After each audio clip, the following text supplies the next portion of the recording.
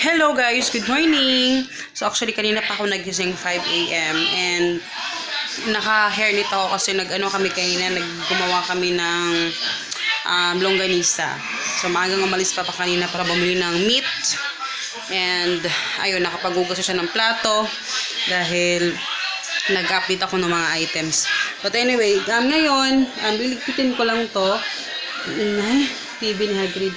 Gagawa tayo ngayon ng anong tawag dito? Pizza dough. So, sobrang simple ng pizza dough. And, lulog tayo ngayon. And, ayun, secret lang. Hi guys! Hi guys! So, ayan, maglulog po kami ng, longganisa ng, yun, pizza crust. So, lulutuin natin ngayon. Nagpabili ako kay Papa kahapon ng cheese at saka sauce. Challenge begin. Challenge begin. Yung sabi ni Hagrid, challenge begin. So, kunin natin yung ating measuring cups. So, ayan. So, 2 cups. 2 cups. So, asang 2 cups, ani? Ang 2 cups, asang 1 cup. Here. The 1 cup. Wait lang. Marcos, ikaw ba yan? This is not the 1 cup. Oh. 1. 1. Akura. Lapit atong kinahanglan. 2. 2. 2. 2. 3. Huh? 2 cups. 2 cups. 2 cups. Challenge begin. Cup. 2 cups. Okay, gamit. So, ayan, tapos na kaming mag-mix. Ayan, inaano na ni Hagrid, minamasa na siya. So, siya yung pinapamasa ko para feel niya yung moment. Challenge begin. Nakita niyo ba si Marcos? Si Leo Marcos. Leo Marcos. Ano na sila ba? Stricto na kay ko pa. Okay, hindi ka daw masyadong sasalita. Naiiyak kasi siya guys sa totoong buhay, Diyos ko. Baliktad tayo. Si Leo Marcos, siya, pero walang pera. Kasi sobrang haba na ng buhok niya. Para na siya sila yung, tinan niyo yung ginagawa, oh. Sobrang siya excited. Be, dili, ana. Be, food, be, ana, be, ana, oh. Ana. Ana, ha? Anak, kumutan Oh, para dili makuan. Kaya para ma-form siya. Katong yung kuwan.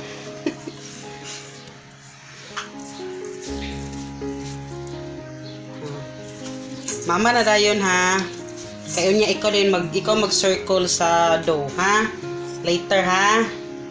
Ikaw mag-circle, ha? So, eto na yung ating dough, guys. Inintay lang natin na matumubo siya bago natin i-cut. Ayan, good afternoon, guys. Medyo haggard yung mukha ko. Actually, almost 2 o'clock na. Ayan, ngayon ako nakakapag-update sa inyo kasi kakatapos lang namin. Gusto ko na tao. Hindi pwede, oy. Kakatapos namin maglongganisa, tsaka yung lumpia hindi nga namin natapos kasi kailangan muna i-deliver ni Papa yung mga order today. And, ayun, medyo nakakapagod nakakangalay sa aking, balikat. At yun yung aking mga hugasin. Tao na pizza Ayun. ba? Tao na pizza. Ngayon lang namin nagawa itong aming pizza. Di ba kanina pinakita ko sa inyo yung aming dough. Ngayon lang namin nagawa kasi sobrang busy namin kanina. Kaya eto tinatapos namin kasi kami lang dalawa dito. And gusto niyang gawin, gusto na niyang lutuin namin. Hi guys, Oo. I want to make a man pizza. Tapos dito wala nang kasi tinanggal ko, nilabhan ko. So, pagkatapos ito, saka pa ako maghuhugas ng plato. Ayan, ito yung aming ginagawa ngayon. Malinis ang table. Pero nagkaano-ano na siya. But why? I am a...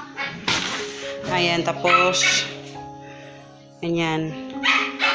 The eyes. Hagrid.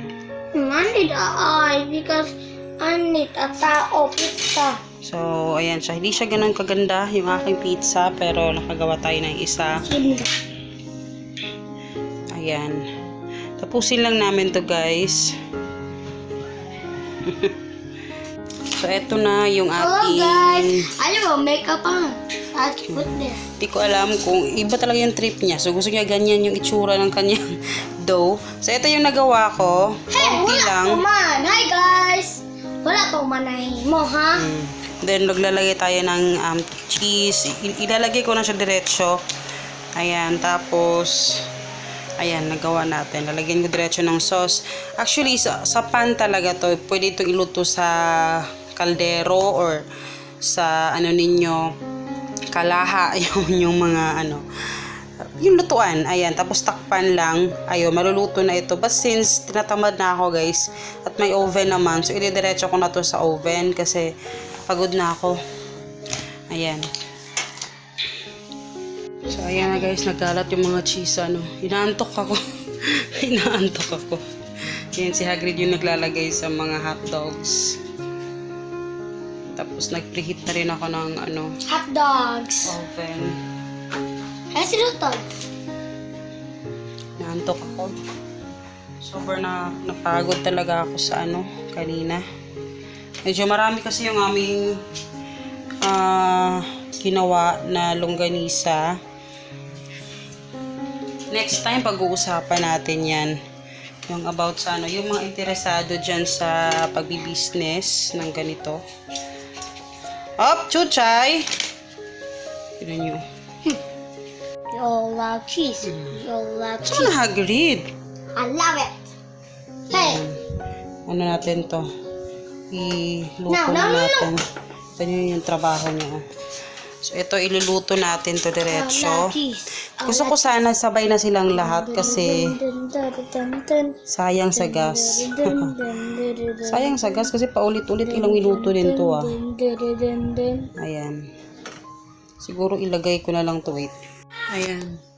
Naluto na yan guys yung ating. Sorry ha, ano pa rin ako, inaantok na kasi.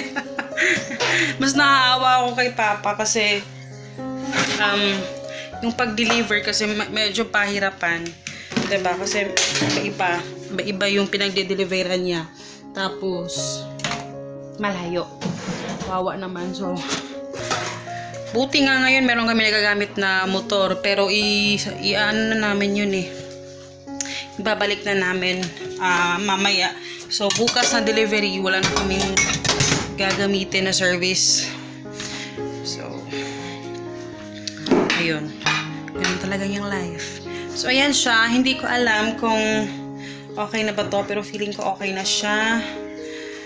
Masarap yung dough niya. Let me know kung gusto nyo malaman yung recipe nito. Sobrang dali lang.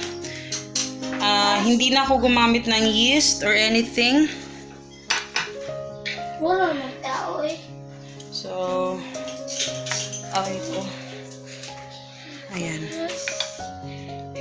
Medyo nasunog ko lang yung ibabaw kasi nag-computer ako kanina. Nakalimutan ko yung ibabaw. I know it's a car.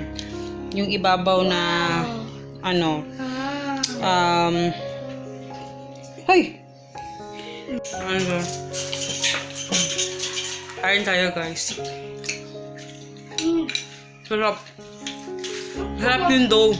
At saka yung dough, walang sugar. Sarap siya. So good. Look at the Walang joke eyes. talaga masarap. Wow. Oh. Nakakakonsensya naman. Dili pilian. Nakakakonsensya lang kumain na wala si Papa. Malamang gutom na yun.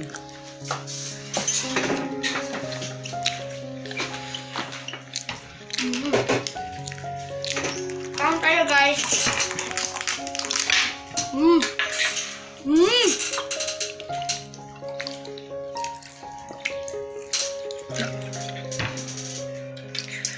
Monkey head. And I got Hirap. the head. And this I eat a car and I got a monkey head. Napakahirap lang sa sakyan. Sobrang hirap. Tapos, actually, okay lang sana. Kaso kasi, double yung pamasahe ngayon sa mga jeep. Kasi hindi ba quarantine. Tapos next week, meron lang meron na kaming travel pass. Ayun. Nga namin travel pass, isa lang talaga yung pwedeng makaalis. So actually, simula ng quarantine, never kami nagsabay lahat na umalis. So, yun.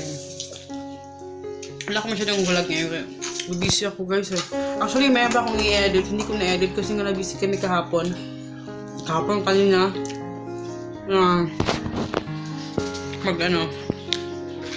Gumawa ng longganisa.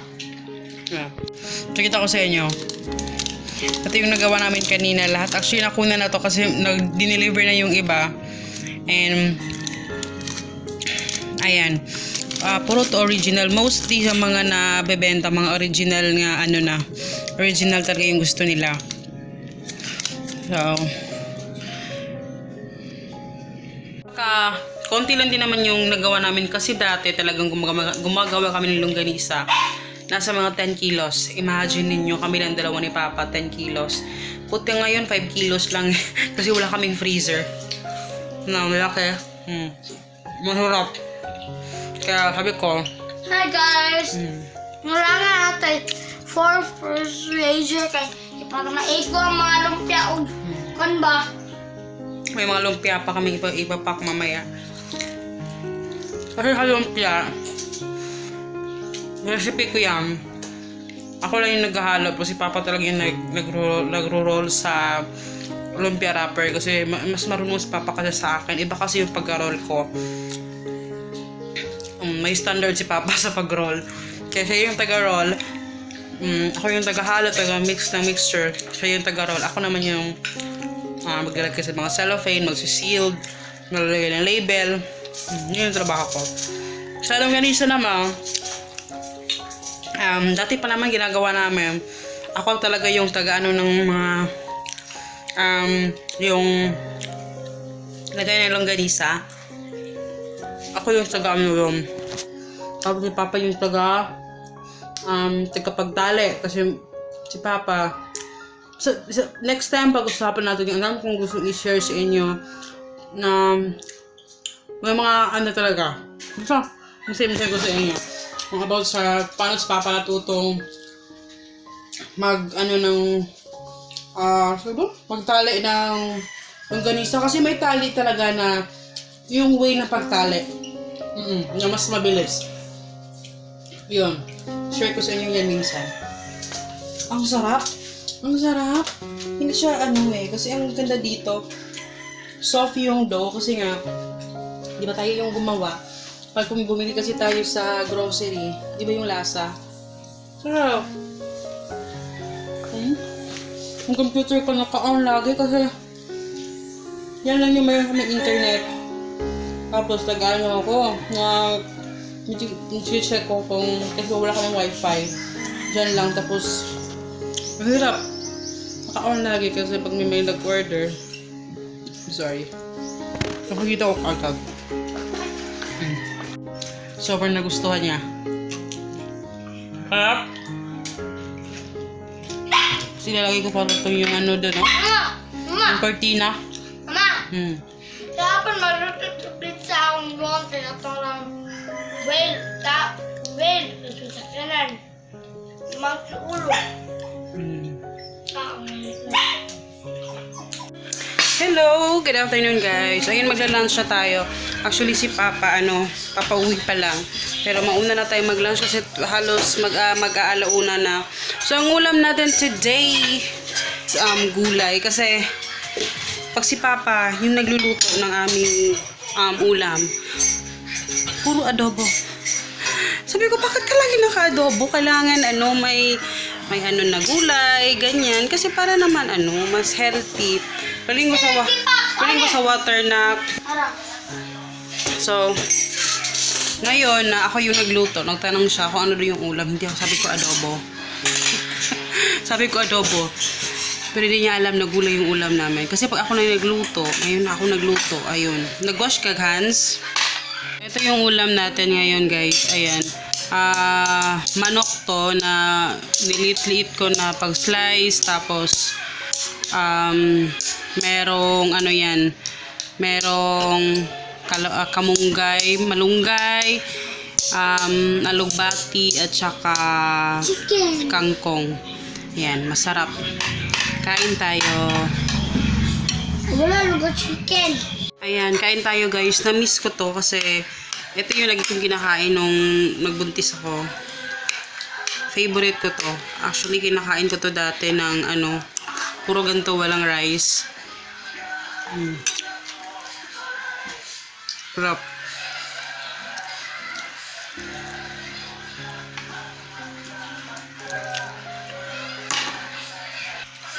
Ang gusto ko sa ganitong mga ulam, ano siya, yung natural lang yung lasa.